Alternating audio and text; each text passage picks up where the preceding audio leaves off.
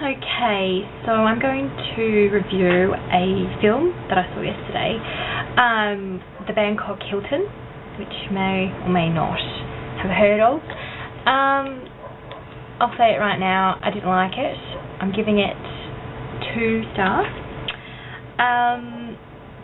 So I had heard that it was really good and that it was one of Nicole's best performances.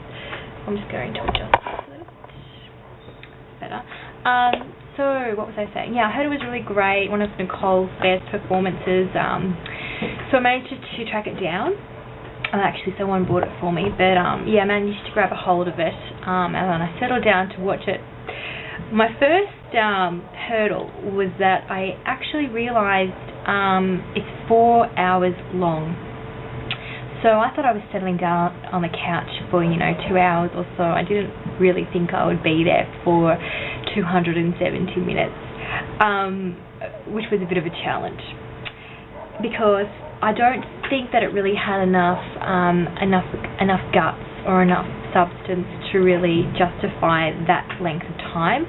Even if it had been shot as 6 distinct episodes, I can't see each episode ending on enough of a cliffhanger that you would be motivated to tune in again next week. So there was that.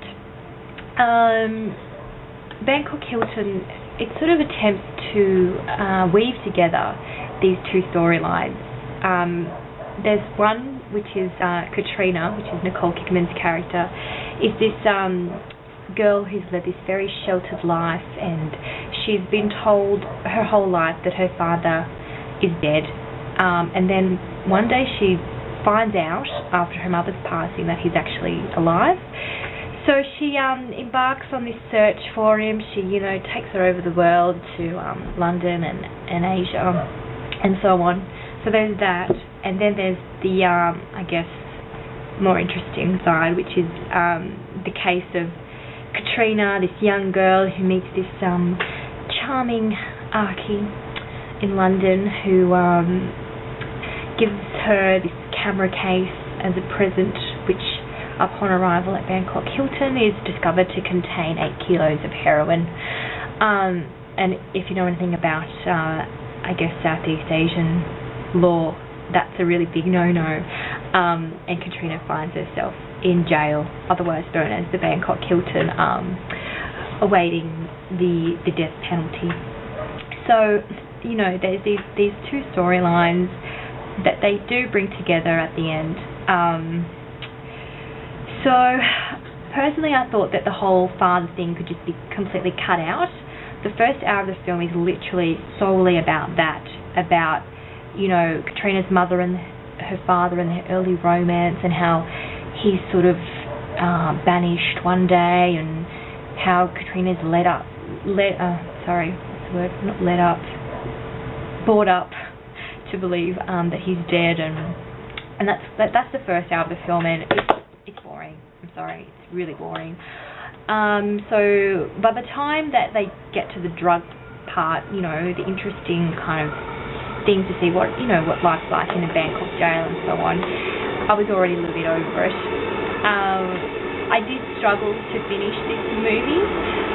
By the time you get to the last half hour, it's really predictable how it's going to end, and I was really tempted to turn it off, but of course I had already given over 3 hours of my time. I was determined to see it to the end.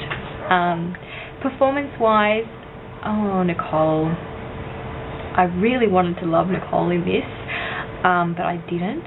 I have been told that it's one of her best performances, and so I went with an open mind, ready to give her a good go. But yeah, I was a little disappointed. I mean, she was good, but she wasn't great. She certainly was better in it than in some of her more recent work. The most recent Nicole movie I saw was Margot at the Wedding, and it's laughable. It really is laughable, particularly, sorry, I live near trains, so there's a train going by. It's quite laughable, her performance, so I really wanted her to prove me wrong in Bangkok Hilton. And yeah, she was good, but I mean, I was still a little disappointed. I thought the best performance of this movie was undoubtedly Joy Smithers, who I hadn't really even considered before as an actor. She's in Home and Away, and I've seen her on ads and stuff like that, but I haven't really ever seen her get her teeth into something before. But in Bangkok Hilton, she was, I think, the real standout performer.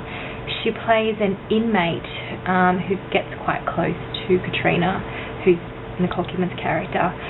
But she's a great character and a really great performance. I was quite moved by Joy Smithers' work in this film. There's also the chance to see Hugo Weaving 20 years ago, and he has in many ways grown into his face. He's still quite a bizarre looking man, but certainly back then the proportions are quite hysterical. But he's put on a good performance as well. He was quite good. It's also a good movie because of the sort of I guess the landscapes you see. It takes you to London, to India, and to Bangkok.